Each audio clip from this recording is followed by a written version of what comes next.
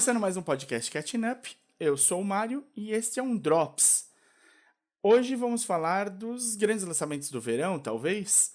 Possivelmente os grandes lançamentos do verão. Mas para falar disso, a gente vai precisar falar um pouquinho do cinema. Será que o cinema está morrendo? Nesse episódio nós vamos falar de dos quatro talvez maiores lançamentos do verão americano. Pelo menos na expectativa. O quinto filme do Indiana Jones, Indiana Jones The Dial of Destiny, a Relíquia do Destino. O sétimo filme do Missão Impossível, o Missão Impossível... O Missão Impossível Acerto de Contas, parte 1, que ficou em inglês é Dead Reckoning, parte 1, e do grande fenômeno, né, o Barbenheimer. Os dois filmes foram lançados no mesmo dia, o filme da Barbie, da Greta Gerwig, e o Oppenheimer, do Christopher Nolan.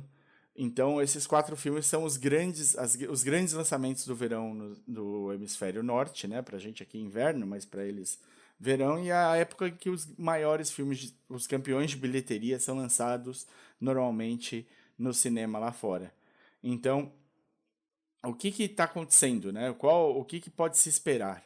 A gente tem visto uma sequência muito ruim de idas ao cinema. No ano passado, claro, Covid teve um impacto imenso nas idas de cinema, os cinemas não abriram, as coisas migraram quase todos os lançamentos para streaming, novos acordos tiveram de ser feitos. Durante um período grande, por exemplo, a HBO Max, que tinha acabado de ser lançada, passou a fazer o lançamento tanto na plataforma de streaming quanto no cinema. Isso causou um certo problema com diversos cineastas. O Denis Villeneuve, do Duna, não queria que fosse feito dessa maneira. Ele queria ter uma estreia do filme dele direito no cinema. Ele acha que o Dune foi feito para ser assistido no cinema. Quem viu deve concordar. A gente falou de Dune aqui bastante.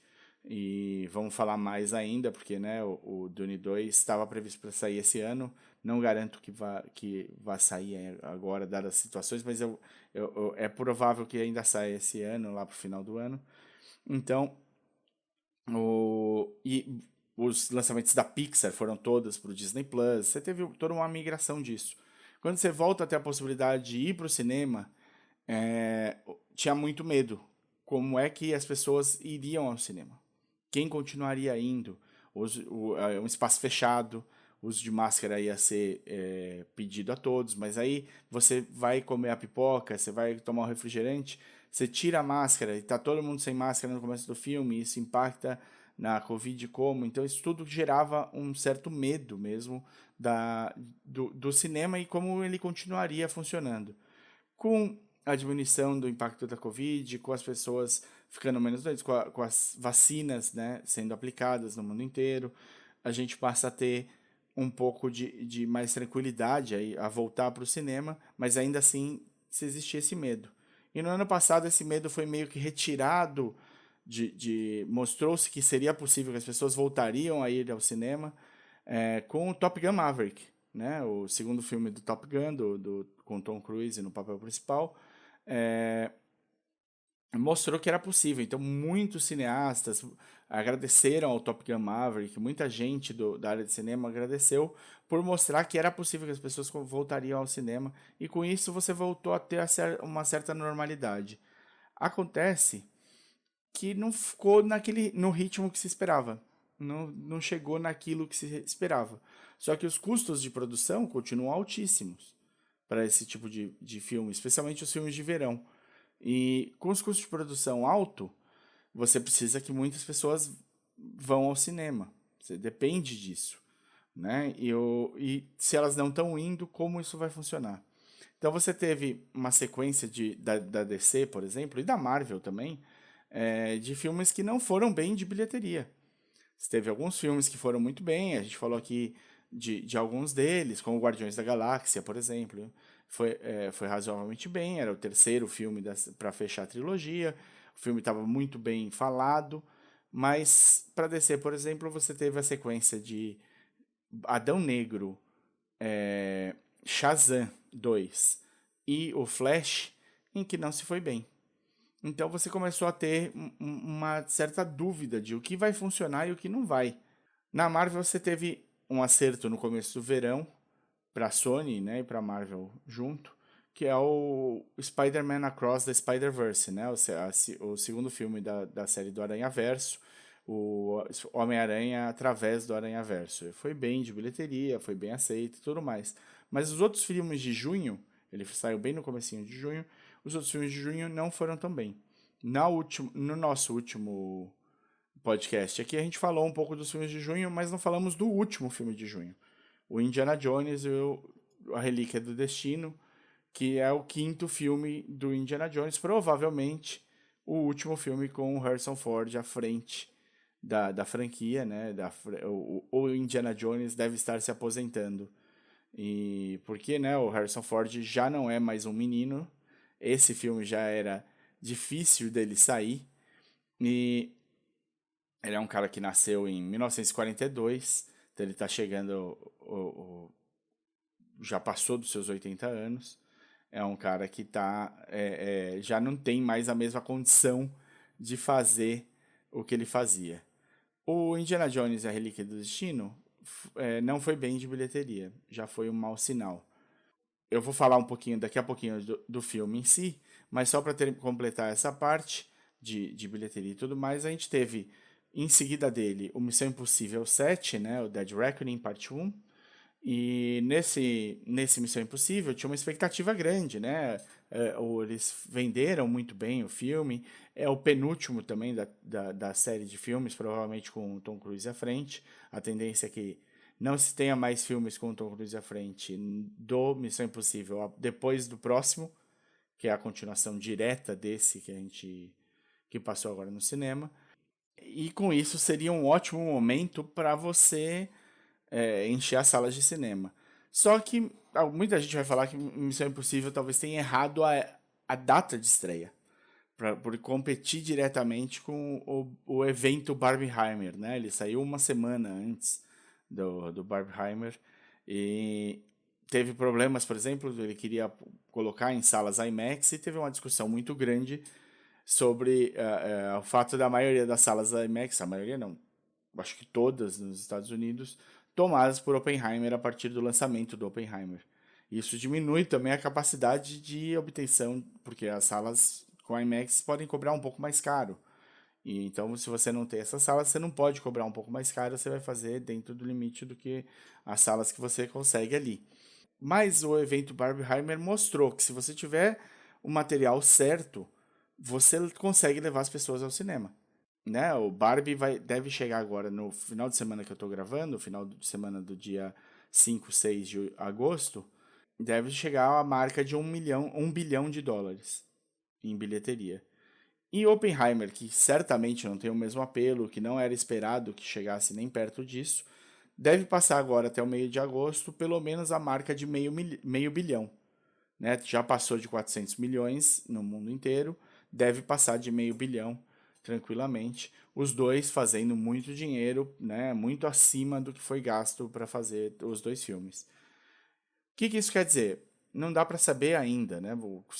Você precisa escolher melhor o tipo de projeto que você está fazendo, se tem projetos que já se desgastaram, né? Você tem o lançamento agora, nesse final de semana, lá nos Estados Unidos, para o filme novo de animação da Tartarugas Ninja, um filme que bebeu muito da fonte do Aranhaverso, percebeu o momento certo, trabalha com animação diferente, tá com um bom roteiro, bom desenvolvimento de personagens, trabalha com a nostalgia, né, da gente. Vários desses filmes que a gente está falando aqui trabalham com nostalgia.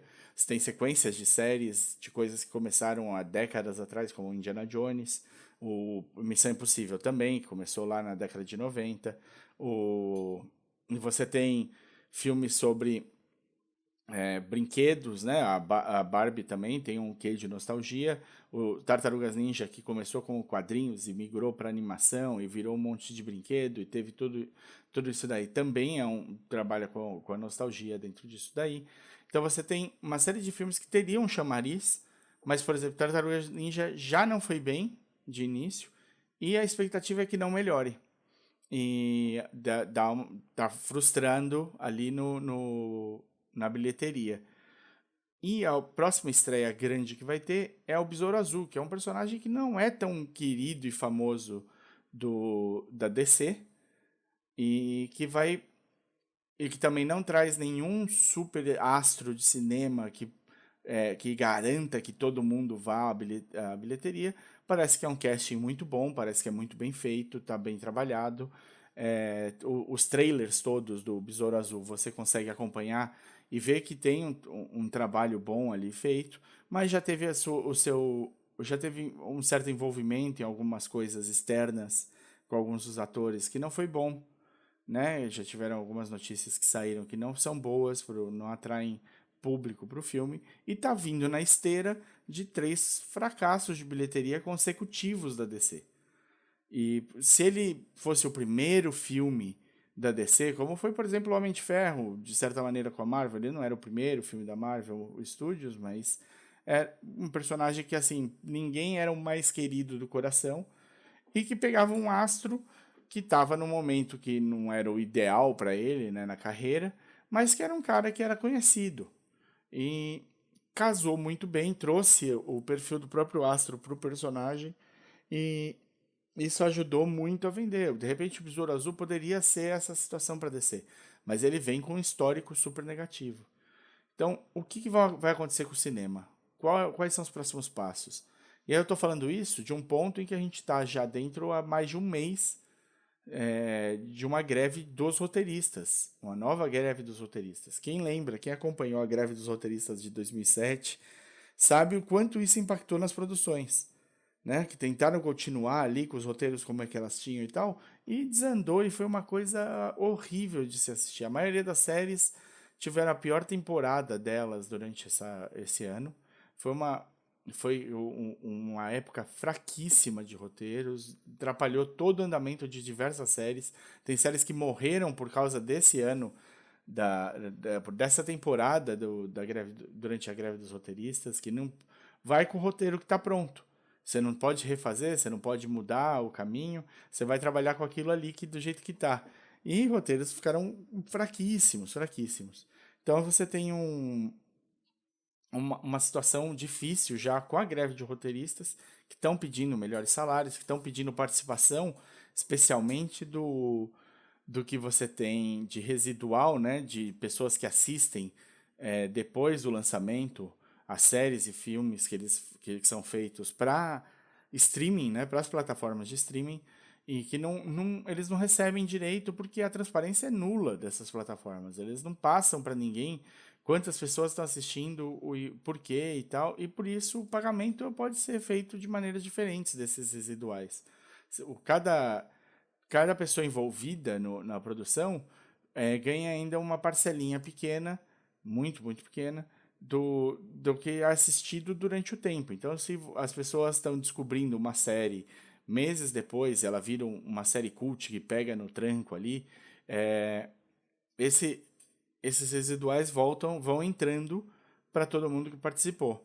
E claro, para os roteiristas é muito menor do que para os atores ou para os produtores e tudo mais, e com isso já se recebia pouco. Mas se você não sabe quantas pessoas assistiram, pior ainda.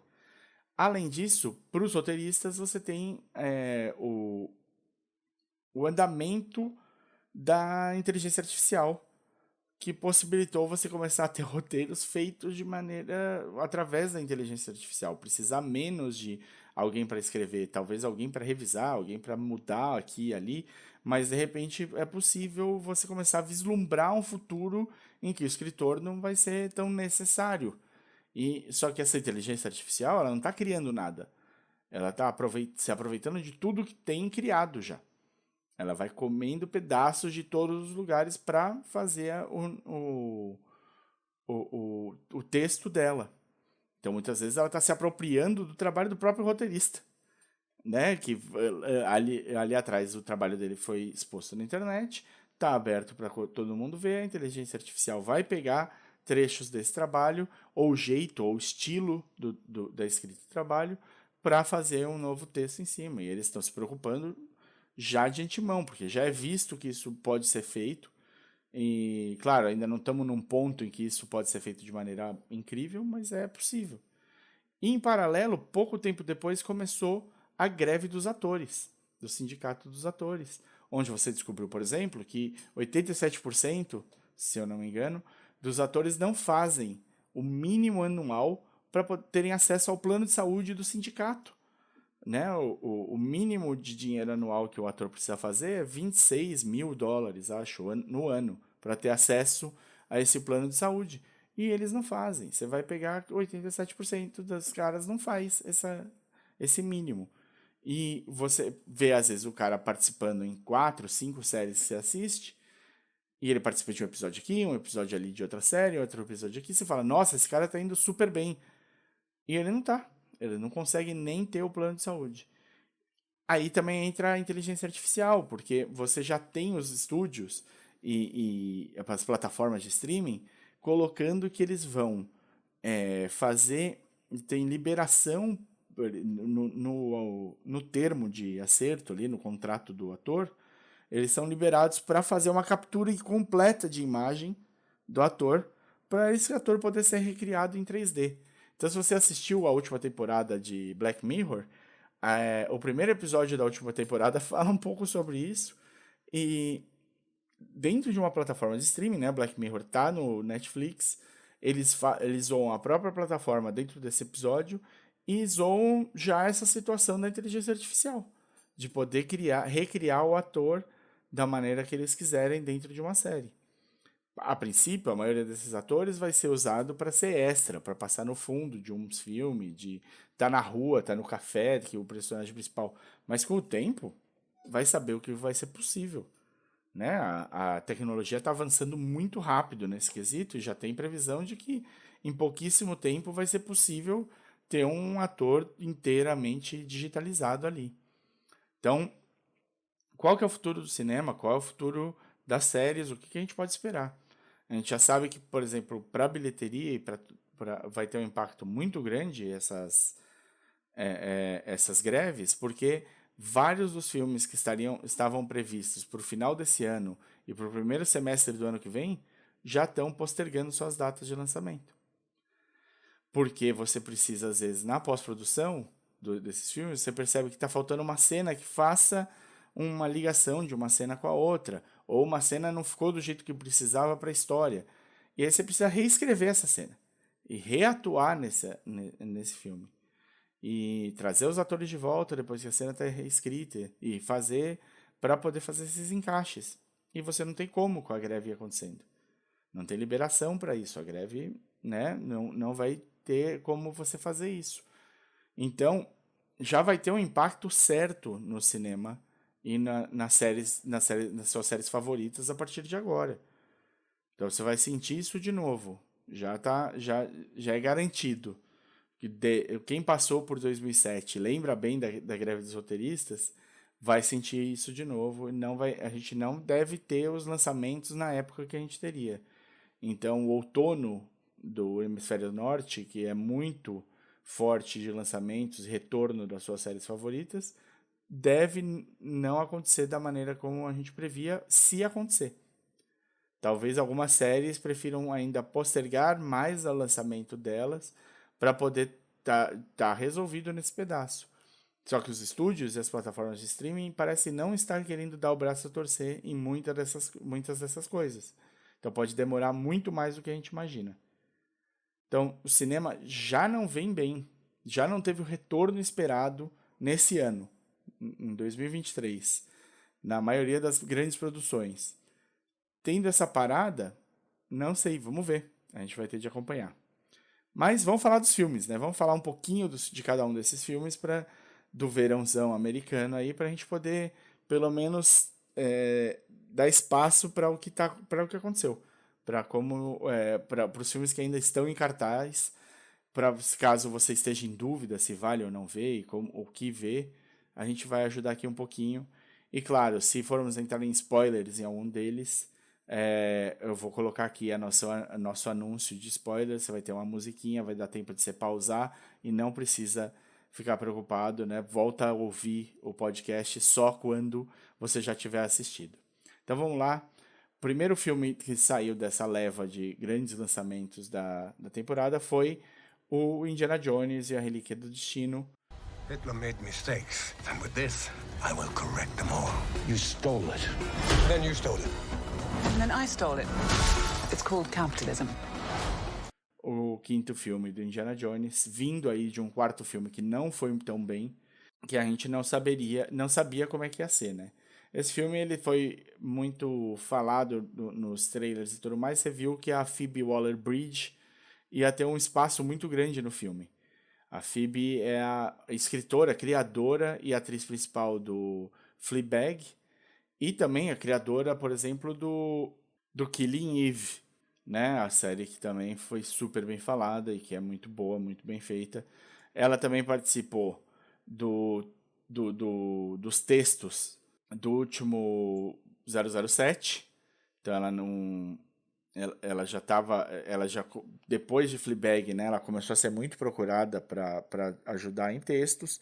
Ela tá no último 007 e também tá tá como escritora ali ajudando a essa entrega. Ela já participou também do Han Solo, né, do filme do Han Solo. É uma pessoa que ela é muito criativa, muito boa, muito capaz, muito centrada, que é boa atriz, muito boa atriz também. Então ela sabe atuar não só no que ela cria, mas também na criação dos outros, e é o caso agora no Indiana Jones.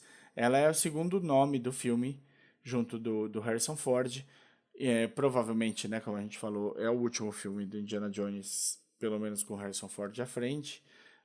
No filme anterior, você já tinha uma tentativa um pouco falha de você ter uma chance de criar uma nova série de filmes com algum ator.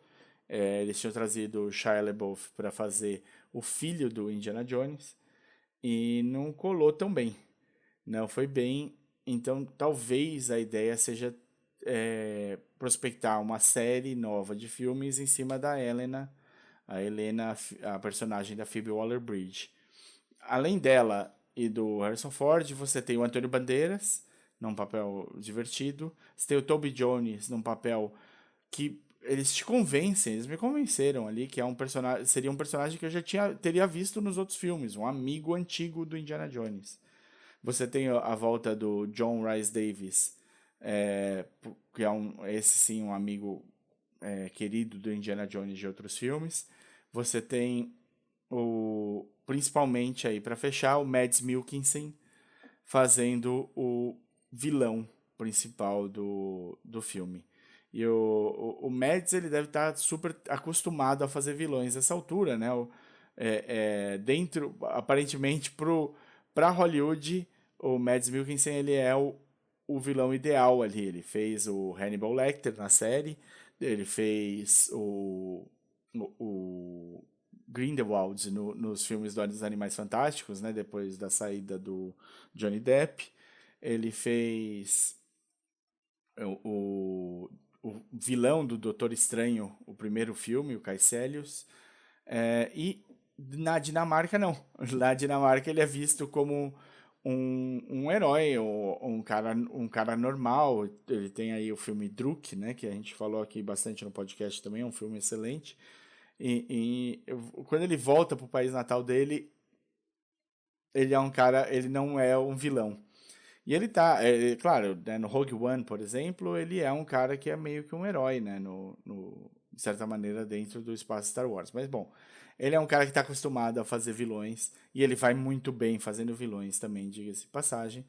O filme, ele faz um Harrison Ford novo, o Indiana Jones novo, porque é um pedaço, a história se passa também um pouco para te dar o que está se buscando, né? Você sempre tem um tema MacGuffin, que é tipo o que você busca naquele filme, né? Cada filme desse tipo tem uma coisa que é buscada. A gente vai falar de MacGuffin também no Missão Impossível. Para você entender a necessidade, o que é o objeto que eles estão buscando, esse Die of Destiny, tem cenas no passado também para te colocar, e aí eles fazem um rejuvenescimento artificial no Harrison Ford, que a gente já viu em diversos outros filmes e quase todos tinham ficado uma porcaria, mas esse aqui ficou maravilhoso, tá super bem feito. O filme é divertido, O filme é uma boa aventura do Indiana Jones. Ele talvez não tenha o que a gente está acostumado, aquele saborzinho nostálgico do Indiana Jones que a gente viu nos primeiros filmes, mas ele é uma aventura perfeita do Indiana Jones. Ele é dirigido pelo James Mangold, é um cara que a gente está ficando acostumado a ver fazendo bons filmes. Ele fez Johnny and June, né, o filme do Johnny Cash. Ele fez o Logan, ele fez Wolverine 2 e Wolverine 3, se eu não me engano. O Wolverine Imortal, que tenta recuperar o absurdo que tinha sido feito com o Wolverine 1, né? Que era muito, muito ruim. E traz uma história muito legal. E ele faz o Logan logo em seguida, que é um filme que vai muito, muito bem, né? E agora vindo fazer esse... Ele tem mais coisas lá para trás que são incríveis, são muito boas, como o Garota Interrompida, em que ele é o diretor. Ele tem o Identidade, que é um filme muito legal. E ele faz agora o Indiana Jones. Ele vai muito bem em tocar projetos de outros, assim. Inclusive, tá aí marcado para fazer um Star Wars novo dele. Então é um cara que tá bem chegando ali na crista da onda. E o Indiana Jones funciona. Eu acho que é um bom filme, eu acho que é um filme divertido. É claro que você tem um problema, né? As coisas absurdas que aconteciam no Indiana Jones, as coisas absurdas não, fantásticas que aconteciam no Indiana Jones, eram melhor aceitas lá atrás. Eu acho que elas funcionavam mais fácil lá atrás. E aí, a opção no quarto filme de você trazer, desculpa pelo spoiler, mas é um spoiler do quarto filme, não do quinto, trazer alienígenas para a história, quebrou um pouco a expectativa de todo mundo. A decisão aqui, também do fantástico, do que esse Die of Destiny é capaz de fazer, também é um pouco absurda, mas se você tivesse esse filme lançado na década de 90, logo depois de sair o Indiana Jones e a Última Cruzada, né, que sai ali em 89, eu acho que esse filme iria super bem. Eu acho que ele estaria super dentro do que a gente estaria esperando de um Indiana Jones. Então é uma boa aventura. O Harrison Ford está bem no filme. A Phoebe Waller-Bridge rouba todas as cenas em que ela está. O personagem do Toby Jones, o Basil Shaw, entra de maneira tranquila na história. Você acha que você já viu, inclusive, o personagem em outros filmes. Ele é super bem encaixado. Então, o filme funciona. Eu acho que tem um arco bonito para um encerramento bonito, assim. Eu acho que funciona bem. Vale a pena vocês assistirem. Ele ainda está no cinema em alguns lugares. Diminuiu muito a quantidade de salas, absurdamente, né, com os lançamentos que vieram depois. Mas ainda é possível assistir ele no cinema. Então esse é o Indiana Jones e a Relíquia do Destino. Depois que saiu Indiana Jones e a Relíquia do Destino, o próximo grande lançamento foi Missão Impossível: Acerto de Contas. None of our lives can matter more than this mission. I don't accept that. E o Missão Impossível: Acerto de Contas é o 7º filme da franquia. Eu acho que é o 4º filme com o Christopher McQuarrie dirigindo. É uma parceria que já ficou bem forte entre o 3º filme do Maguire dirigindo, mas o Maguire vem dirigindo o Tom Cruise em filmes há algum tempo já, né? Ele é um cara que tá dirigindo Tom Cruise desde Jack Reacher. Ele dirigiu em 2012 o Tom Cruise, ele fez Missão Impossível Nação Secreta, Efeito Fallout e agora o Acerto de Contas Parte 1 e o Acerto de Contas Parte 2. Os dois são dele. Então o Maguire vai fechar de 8 filmes, ele vai ter 4 dirigindo. Ele dirigiu ainda, ele escreveu ainda pro Tom Cruise No Limite do Amanhã e A Múmia, que o Tom Cruise estrela os dois. Então eles já têm uma parceria bem trabalhada ali. Inclusive, teve mais um lá atrás, que é a Operação Valkyria, em que ele dirige também. É um cara que vem escrevendo bons filmes e trabalhando bem, já tem um bom tempo. O Maguire é roteirista de um dos melhores filmes da década de 90, Os Suspeitos, né? The Usual Suspects, que é um filme que, assim, hoje é difícil falar dele, porque a direção é do Bryan Singer, um dos atores principais é o Kevin Spacey, e na época já se falou alguma coisa de como era o trabalho ali, mas tem caras incríveis nesse filme. O filme é incrível, quem não viu, assista, acho que talvez a melhor dica do podcast de hoje é Os Suspeitos, e é escrito pelo Maguire. Então, o Maguire já trabalhou ali bastante com o Tom Cruise e eles têm uma relação muito próxima.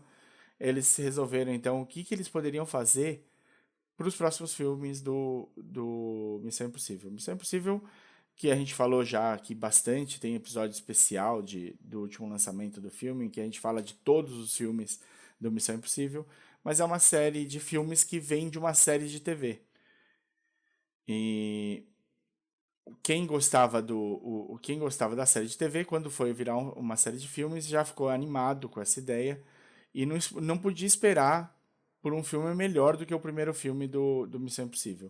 O primeiro filme do Missão Impossível é muito, muito bom. É uma das grandes obras aí de filme de espionagem e afins. E é um filme que vale muito ser visto. E a série ali passa a ter seus altos e baixos. O Acerto de Contas, parte 1, ele meio que vai numa esteira já, num jeito habitual de fazer os filmes do Missão Impossível, que estão fechados já com esse grupo de atores, com esse diretor, com quem está escrevendo, tudo meio que já está meio esquematizado, vem vindo numa constante nos últimos filmes. Mas não deixa de ser interessante, não deixa de ser bem feito. É um filme de ação muito, muito bom. Não está ali no top 3 do Missão Impossível, mas está muito bem visto. E é só a parte 1, né, do Missão Impossível. Aqui também você tem a inserção de alguns personagens. Tem um personagem feito pelo Esai Morales, que parece estar diretamente ligado ao passado do Ethan Hunt, né, do personagem de Tom Cruise, e mas que ele não apareceu antes em nenhum outro momento, em nenhum outro filme. Esse é o primeiro que ele aparece, mas aparentemente ele é colocado ali dentro da história de uma maneira bem natural. Então você pode até se questionar, puxa, será que ele não apareceu naquele lá? E que é a mesma coisa do Toby Jones, do Indiana Jones, que a gente acabou de falar. Então, funciona muito bem. O cast está ótimo. Você tem personagens interessantes, novos, que vão funcionar bem e que devem estar no próximo filme, né? O 8, que é o último, provavelmente, com o Tom Cruise. Ele não está ficando mais novo. Tom Cruise já passou dos 60. Fazer as cenas de ação, né? Todos os stunts que ele gosta de fazer vão ficando cada vez mais difícil, né? Ele já vem ficando mais difícil, mas ele não se impede não, né? Esse daqui ele faz coisas bem bizarras, bem absurdas, para manter a ação o tempo todo no auge. Mas tem muita coisa legal, tem muita coisa que funciona muito bem. Vale a assistida no cinema desse filme, sim. Ainda tem em algumas salas, tem mais do que no Indiana Jones. Mas lembrando, né?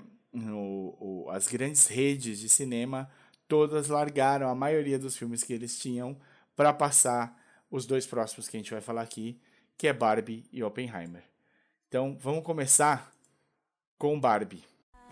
It's the best day ever. It is the best day ever. So is yesterday, and so is tomorrow, and every day from now until forever. Do you guys ever think about dying? Barbie é o grande sucesso do verão, talvez o grande sucesso do ano. O filme que vai ser falado ainda por bastante tempo. E um filme necessário, um filme que foi muito bem visto e um filme muito melhor do que ele deveria ser. Um filme muito melhor do que a boneca Barbie mereceria na vida, assim. É um grande achado trazer a Greta Gerwig para dirigir e ter a Margot Robbie capitaneando isso daí. A Margot entrou primeiro na lista para encabeçar o filme, né? Antes de qualquer outra pessoa estar ligada ao filme, a Margot tomou a frente. E ela produz e foi atrás da Greta para fazer. A Greta Gerwig é uma diretora que vocês conhecem por Lady Bird, né? Acho que talvez o primeiro grande... Ela tem um filme antes em que ela é co-diretora, se eu não me engano, mas Lady Bird é o primeiro que ela dirige sozinha e tal, e vai ao Oscar e tudo mais.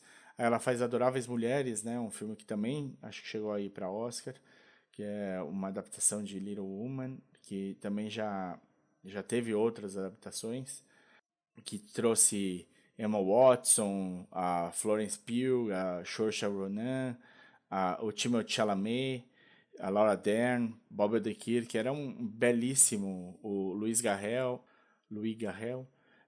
um belíssimo grupo de atores também no filme. A Greta tava fazendo o nome dela aparecer e ela agora estourou com Barbie. O Barbie vai passar acho que é o primeiro filme do ano a passar de $1 bilhão em bilheteria, e é o que talvez mantenha o cinema funcionando. Quem sabe faça as pessoas lembrarem, né, de quanto elas gostam de ir ao cinema e por que elas vão ao cinema, e os debates que são trazidos ali. O Barbie também é co-escrito pelo marido dela, pelo companheiro dela, na verdade, o Noah Baumbach. O Noah é um desses que a gente também já falou aqui algumas vezes. Ele tem muitas coisas legais. Eles co-escreveram também o Francis Ha, que é um filme muito legal, muito bom, em que a Greta estrela o filme e o Noah dirige. O Noah dirigiu e escreveu Histórias de um Casamento, escreveu e dirigiu O Ruído Branco, 2 filmes que estão no Netflix. Ele também escreveu A Vida Maria com o Steve Zissou, que é do Wes Anderson, né? E o Wes Anderson, inclusive, também teve um filme lançado agora no verão, que também não foi tão bem quanto esperado, né? O filme, Asteroid City, também não teve o retorno esperado, porque o Wes Anderson tem um culting, né? Tem uma série de seguidores que gostam muito do jeito que ele refaz os filmes, de como ele dirige, como ele conta, mas que também não teve o mesmo impacto que era esperado aí. Então, o casal, né, de parceiros não só na vida, mas também nos trabalhos, trabalhou no roteiro desse filme, e a Greta dirige com um elenco gigantesco, né? Você tem a Margot Robbie, o Ryan Gosling, Issa Rae, a Kate McKinnon, a Emma Mackey, aí mais participações, né? O Simu Liu, né? O cara que faz o ator que fez o Shang-Chi, tá também agora numa crista onda, tá aparecendo em muitos lugares, tá ótimo nesse filme também. Você tem o Kingsley Ben-Adir, o Inkut Gatwa, que é também do Sex Education do Netflix, e que é o próximo Doctor Who, né? Também está num momento ótimo para ele. Ele é ótimo ator, vai ser incrível ver ele como doutor. Você tem o John Cena no filme, você tem mais um cara do Sex Education, que é o Connor Swindells. Vocês me perdoem se eu falar algum nome errado. Quando você não ouve os nomes falados, né, você só lê, aí você vai, várias vezes, você acaba errando a pronúncia de algum deles. Mas você tem a Dua Lipa fazendo uma ponta, você tem uma trilha sonora incrível. Então, assim, não tem nada faltando para fazer o Barbie funcionar. Eu acho que talvez uma coisa que tenha faltado um pouquinho, e aqui vou falar para vocês, sem dar spoiler nenhum, é sobre o que é a história. E basicamente a história é a Barbie. Começa a Barbie estereotípica, que é feita pela Margot Robbie. Ela vive na Barbie Land, e onde todas as Barbies são o topo da cadeia ali. E elas acreditam piamente que elas ajudaram muito as meninas do mundo inteiro a serem empoderadas, a mudarem o jogo de como é feito no mundo real. Então elas são muito felizes disso. E lá as Barbies mandam no mundo. A presidente é uma Barbie, médica é uma Barbie, uma que ganhou o Pulitzer é Barbie, quem ganhou o Nobel de Física é Barbie, todas elas são Barbie, e os Kens, eles não têm muita personalidade, porque é assim também na definição dos bonecos, né? O trabalho do Ken é beach, é praia. Então os bonecos não vão muito além disso, né? Então você tem muitos Kens diferentes, você tem muitas Barbies diferentes no Barbie Land, e a Barbie estereotípica, que é feita pela Margot Robbie, ela é ela começa a ter dúvidas e pensar sobre a morte. E que é uma coisa que a Barbie, dentro da Barbie Land, não deveria pensar. E por causa disso, ela é obrigada a vir para o mundo real. Descobrir o que está acontecendo com ela e impedir que isso volte a acontecer para que elas possam viver a melhor vida todos os dias, o tempo todo, na Barbie Land. Esse é o filme. E eu achei que isso faltou um pouco no material que foi divulgado, por isso que eu estou contando para vocês, porque faz diferença. Você quer saber o que você está indo assistir, de certa maneira. Então, não saber isso, você fica meio que travado. O filme vai muito além disso, tá? Não é um filme não é um filme simples. Ele é um filme que fala as coisas que precisam ser faladas de maneira bastante direta até. Eu achei que ele é bem no nariz, assim. Ele não deixa nada escondido, ele não deixa nada... Ele tá ali para você ouvir e para você entender e para você ver como é absurdo como se vive. É um filme necessário. É um filme que pode mudar um pouco a discussão de patamar. Porque você passa a ter um basal, você passa a ter uma base na discussão sobre a igualdade entre os gêneros, espaço para todo mundo, como funciona, como a sociedade é construída de uma maneira patriarcal e como você não pode, você tende enxergando isso sendo uma coisa óbvia, aí você tem uma outra discussão, porque isso já não é mais uma discussão, isso é óbvio. Então você passa a ter a discussão de como mudar e como melhorar e como fazer um espaço que abranja a todos. E é um filme bastante necessário, é um filme muito, como eu disse, muito melhor do que ele deveria ser. E que vai ser, assim, a Mattel, com o sucesso que teve Barbie, preparou o lançamento de 300 outros filmes de coisas que a Mattel tem. Todo tipo de boneco, carrinho, vai ter Hot Wheels, vai ter tudo, vai ter filme. E claro que Polly Pocket, claro que vai dar, pode ser que dê certo. Se você associar criadores certos e der espaço para fazer, o que a Greta faz nesse filme é um absurdo. Inclusive, ao mostrar a Mattel como a Mattel. A Mattel aparece no filme. E ter essa liberdade para fazer isso é muito raro, né? Não ter a mão pesada de um estúdio, de quem trouxe esse boneco, né? Essa propriedade intelectual para você poder transformar, não ter essa mão impedindo você de fazer as coisas é muito difícil. Ela teve uma liberdade muito, muito boa. É possível repetir? Se der esse mesmo tipo de liberdade para outros criadores muito bons, é possível que você tenha bons filmes, óbvio. Filmes necessários, como Barbie é. Mas a possibilidade é menor. É menor de funcionar de novo. Ficar tentando repetir a fórmula é difícil. Então, o caminho que a Mattel escolheu, em vez de nossa, a gente acertou algo aqui. Por que a gente acertou? O que a gente precisa conversar sobre isso? E por que trouxe? De repente você tem agora uma outra abertura para outros filmes aparecerem que talvez não sejam tão importantes. E que diminua tudo que foi feito ali. Ou não vai diminuir, mas que não agregue, que não adicione. Então, para variar, né? O dinheiro, né, continua sendo o principal. E se tá dando dinheiro, vamos investir nisso aqui até ele parar de dar. Vamos até secar a fonte. Mas vamos ver o que vai acontecer. Para mim, se você tiver a oportunidade de assistir no cinema, vá ver. Ela merece a sua ida ao cinema, sim. Claro, vai sair plataformas de streaming, vai passar na TV, vai estar fácil de você assistir depois. Mas é um filme que é muito, muito legal e tem um visual muito único, né? Trabalhando essa imagem da Barbie mesmo.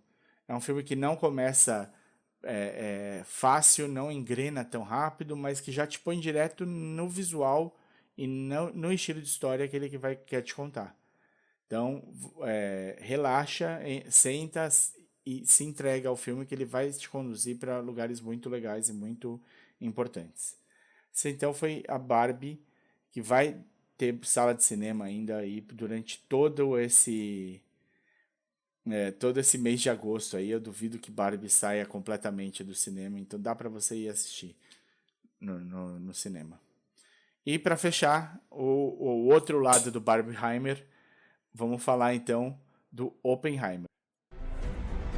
Are we saying there's a chance that when we push that button, we destroy the world? Chances are near zero. Near zero. What do you want for theory alone? Zero would be nice. Oppenheimer é o projetão novo do Christopher Nolan.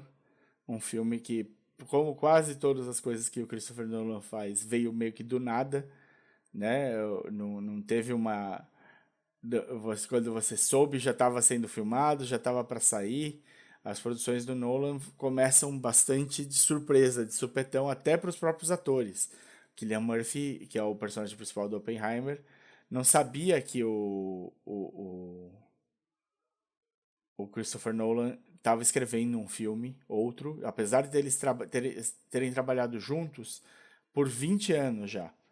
O Cillian Murphy tá no Inception, tá no Dunkirk, tá no Batman, ele tá em muito lugar com o nosso querido Christopher Nolan dirigindo, e eles têm uma relação muito próxima, muito, muito parceira, mas nem o próprio Cillian Murphy sabia que o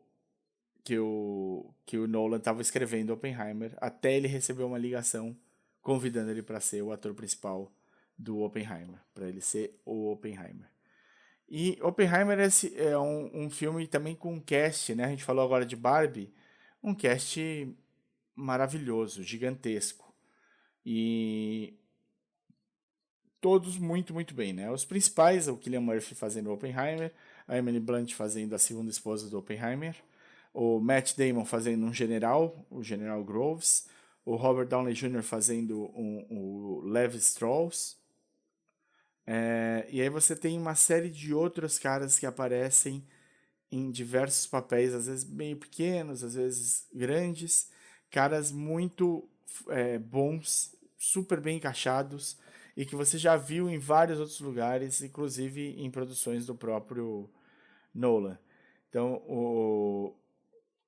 você tem a Florence Pugh fazendo a primeira esposa do Oppenheimer, você tem o Jack Quaid, que faz, né, o principal ali do The Boys, filho do Dennis Quaid, com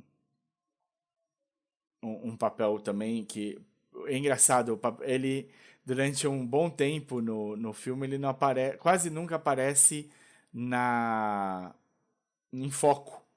Então você tem a impressão que é ele, mas você não tem certeza. Aí eventualmente ele passa a estar um pouco mais no foco e você acompanha. Você tem o Matthew Modine, você tem o Casey Affleck, você tem muita gente legal aparecendo em papéis diversos, às vezes com pouquíssimo tempo de tela, às vezes com bastante, mas sem ser um personagem principal, e todos super bem escolhidos, funcionando super bem.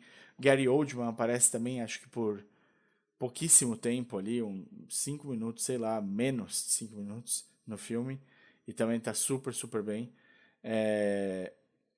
Só escolhas acertadas, assim, um mega elenco formidável.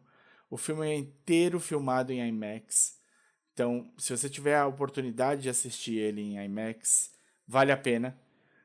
De verdade, assim, as cenas, a ideia do Nolan com o IMAX é que ele chama o IMAX de um 3D sem precisar dos óculos.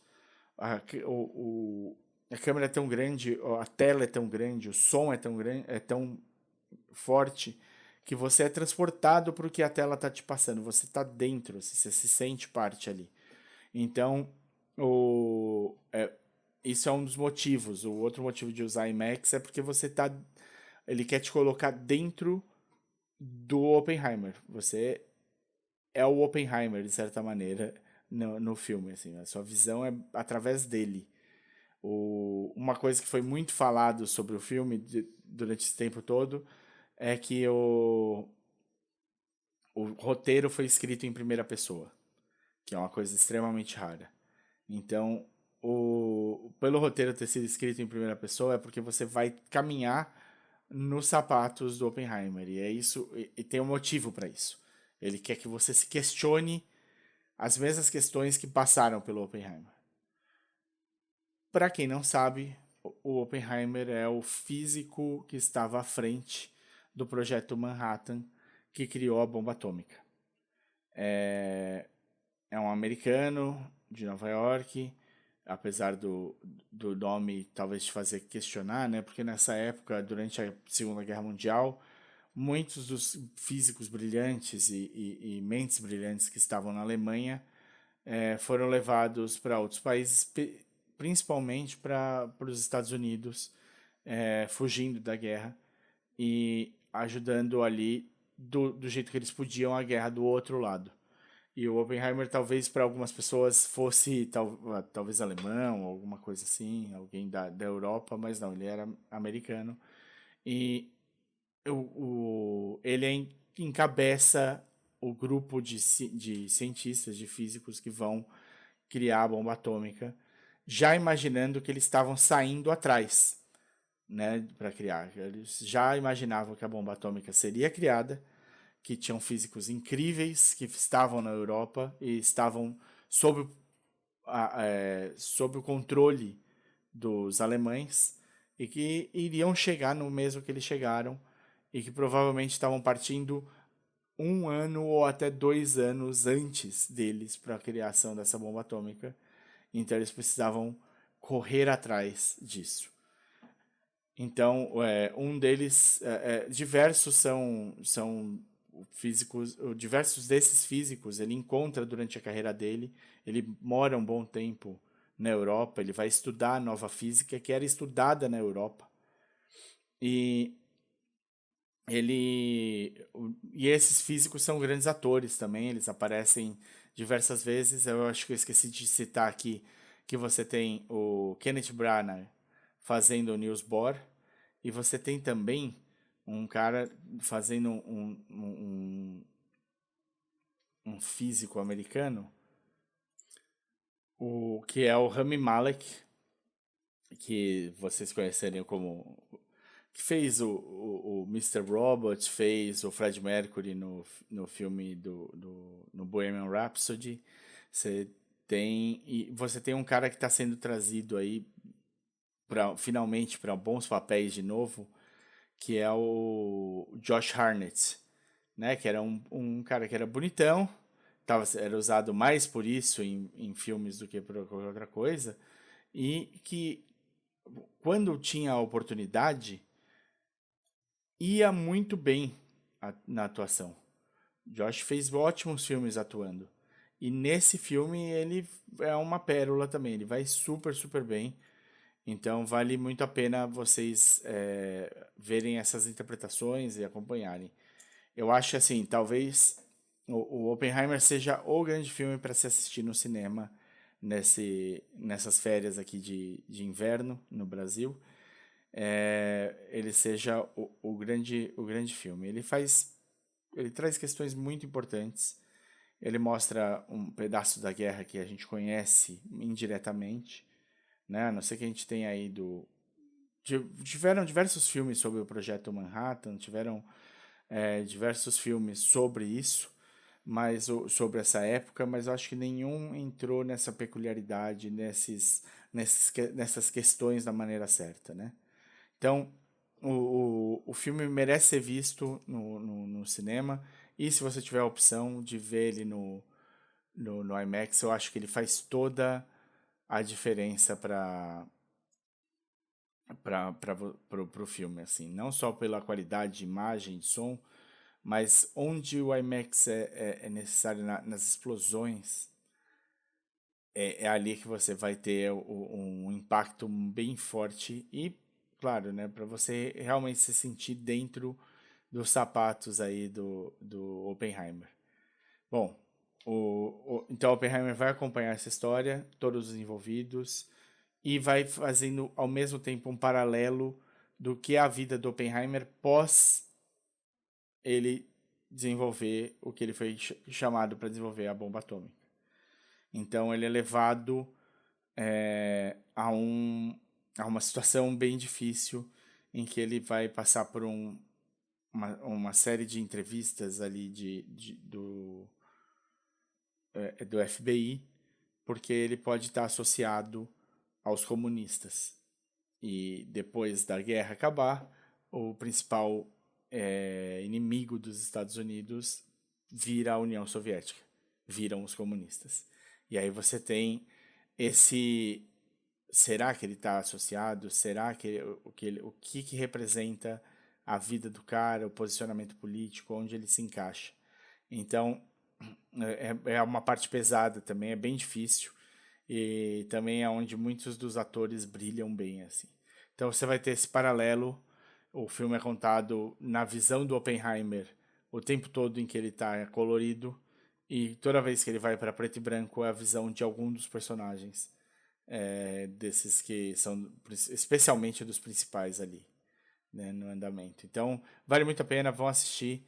É um filme de 3 horas de duração, mas que você não percebe as 3 horas. Ele é muito ágil do jeito de contar. Então, se as 3 horas de duração eram um motivo para você não ir ver, tá resolvido. Vai tranquilo, pode assistir o Oppenheimer na boa. Bom, vou fazer um mini pedaço de spoilers aqui, só para a gente conversar sobre o Oppenheimer. Se você já assistiu, então continua com a gente. Se não, assiste e volta aqui para ver se esses questionamentos passaram por vocês também. Então é isso. Spoilers agora para Oppenheimer.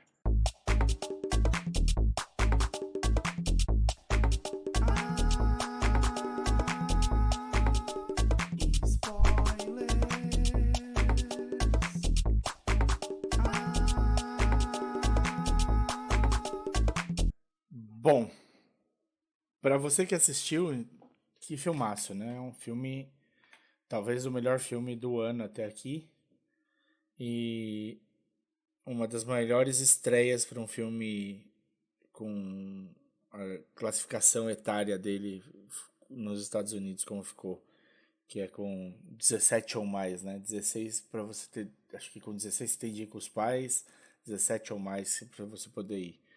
Então é realmente um grande feito, e é uma história importantíssima, né? Uma história que muda a direção e muda a vida que a gente está vivendo direta e indiretamente, né? A gente vive hoje sob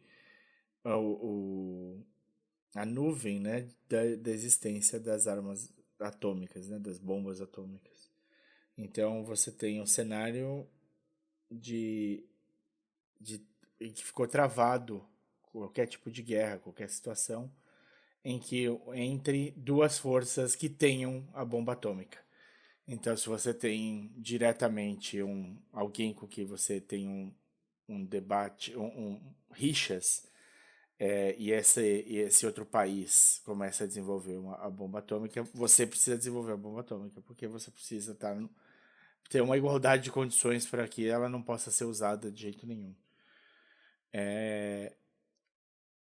Eu acho que o filme ele se revela na conversa do Einstein com o Oppenheimer, que aparece só no fim do filme, claro, e não é sem motivo para isso, em que eles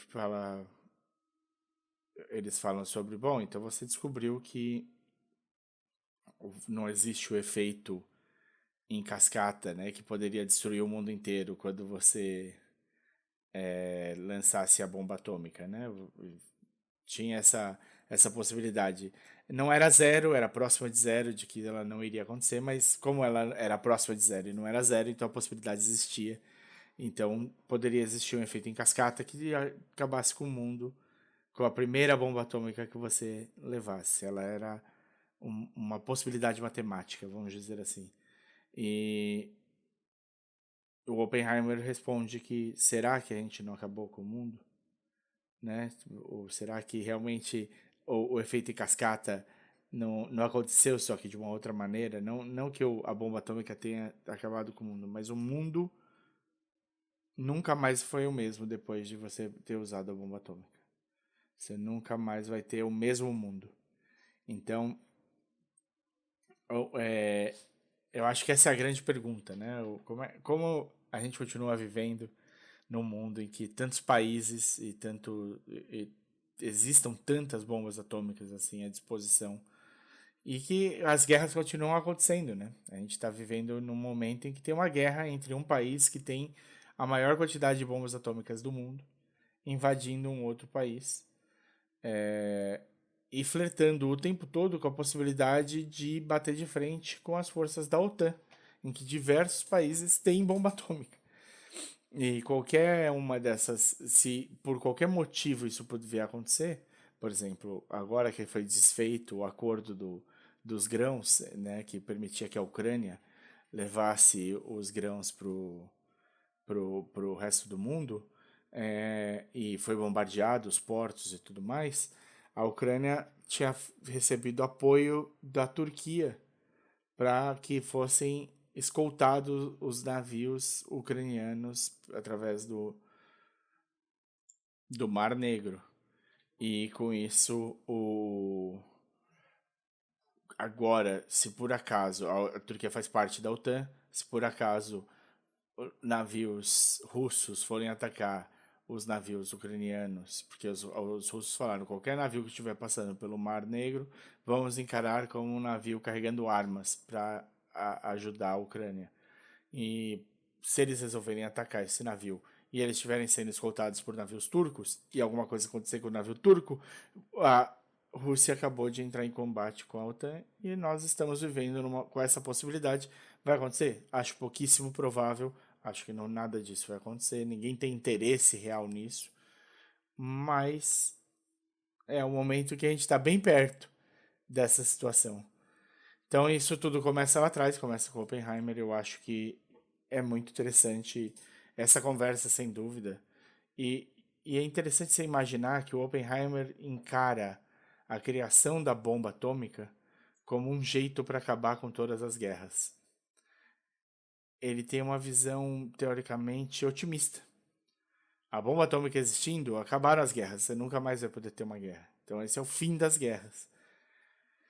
E que ele não podia estar mais errado, né? Ele foi assim, se realmente esse foi o pensamento por trás, e o filme nos leva a entender isso, foi de uma ingenuidade ímpar. E essa ingenuidade fica expressa e declarada na cena em que o Oppenheimer, depois do teste ter sido dado certo e tudo mais, eles estão vendo o que vão fazer com a cidade lá em que todo mundo morava e tudo mais. E o Oppenheimer quer ir para Washington junto do General Grove.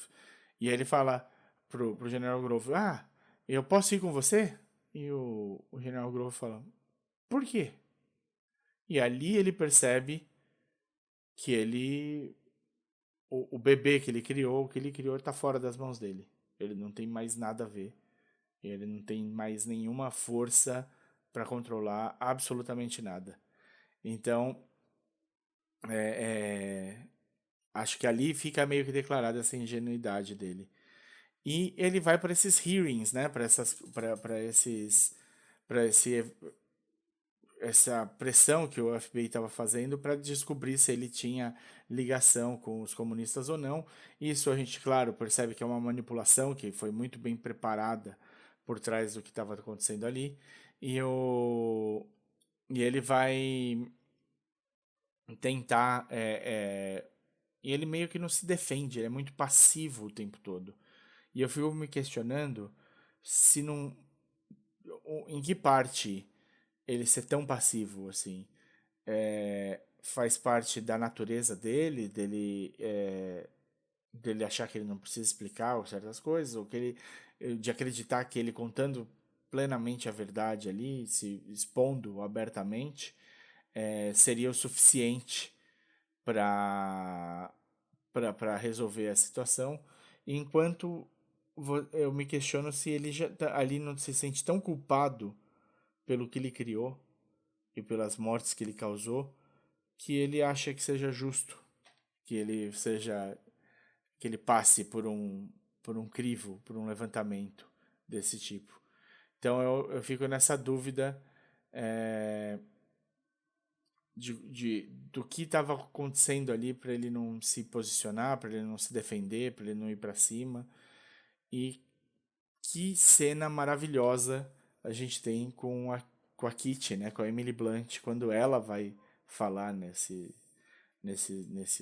levantamentos do FBI aí, que ela chega de uma maneira em que ela parece não estar muito confiante, mas que no momento que ela se solta, ela ganha a sala e ela destrói o cara da FBI, ela domina absolutamente todo mundo e ela defende o marido de uma maneira que o marido jamais conseguiria defender. A Kitty é uma mulher muito à frente do tempo dela, né? Você está falando de uma mulher nos anos 40 e 50 que tinha tido 4 maridos já. Ele era o 4º marido dela. Uma mulher que conhecida por não querer fazer small talk, né? Fazer conversinha de elevador e só falar sobre coisas grandes. Uma mulher que tinha lá seus problemas, sem dúvida. Ela demonstra isso com a criação dos filhos, com as dificuldades, mas que tinha uma personalidade muito forte, muito, muito forte, e que, sem dúvida, ajudou a nutrir o que o Oppenheimer veio a fazer. Ela é um papel central nisso, né? O jeito, a relação deles é extremamente importante para onde o Oppenheimer chega. E eu acho que essas são as coisas que se questionam mais, assim, que acho que mexem forte no filme. Claro, você tem essa parte do comunismo num pano de fundo, especialmente porque, e é interessante, né, porque o Oppenheimer fala diversas vezes, eles falam, cuidado, né, essa coisa de você estar envolvido aí com o pessoal do Partido Comunista daqui e tudo mais, e ele fala, eu pensava que os comunistas eram nossos parceiros, nossos aliados nessa guerra. É interessante, né? Para um cara que é genial, né? Na parte física, no que conseguiu fazer, a falta de percepção dele da ingenuidade dele com o ser humano e como as coisas funcionam, de não saber ler às vezes o que está acontecendo, é muito grande, né? E várias vezes isso estava ficando aberto e declarado para ele. Ele estava criando sindicato lá na faculdade e tudo mais.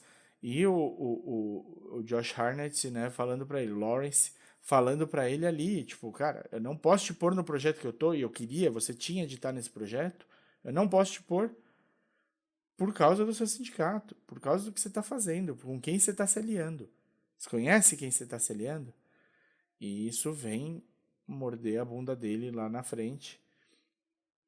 Uma interpretação também muito, muito boa do Robert Downey Jr., ele tá ótimo como Strauss, e é interessantíssimo, né, que ele fazendo todos os movimentos, o pano de fundo, puxando todas as cordinhas e tudo mais, e ao mesmo tempo, a única coisa que ele não conseguia deixar para lá, a única coisa que pegava ele, eles falando de coisas gigantescas, a super bomba, a bomba de hidrogênio, os ataques, os testes nucleares que estavam acontecendo em outros países, eles achando que estavam muito à frente de todo mundo, e de repente eles descobrem que não estão tanto, ele encabeçando uma coisa super importante, e ele não conseguia lidar com o fato de que por um minuto o Oppenheimer teve uma conversa com Einstein, e o Einstein, ao sair dessa conversa, não respondeu o oi que ele deu pro Einstein. E ele se achava amigo de todos e que conseguia entender todo mundo. E isso ele não conseguiu, uma coisa que afetou o ego dele ali. Como é que ele não foi notado, né? E eu acho que mais do que o ego, talvez a falta de compreensão. Dele achar que o Oppenheimer foi capaz de falar uma coisa específica que fez o Einstein deixar de gostar dele para todo sempre. É interessante, o jeito, essas pequenas histórias, elas são muito interessantes. E a dúvida é essa, né? O efeito em cadeia, a reação em cadeia que eles esperavam da bomba não aconteceu. Que seria uma possibilidade matemática quanto à bomba, não aconteceu. Mas será que ela, num nível teórico, esse efeito em cadeia não tem acontecido? Será que a gente não vive hoje num mundo completamente diferente do que a gente vivia antes, nós humanos, antes da bomba existir?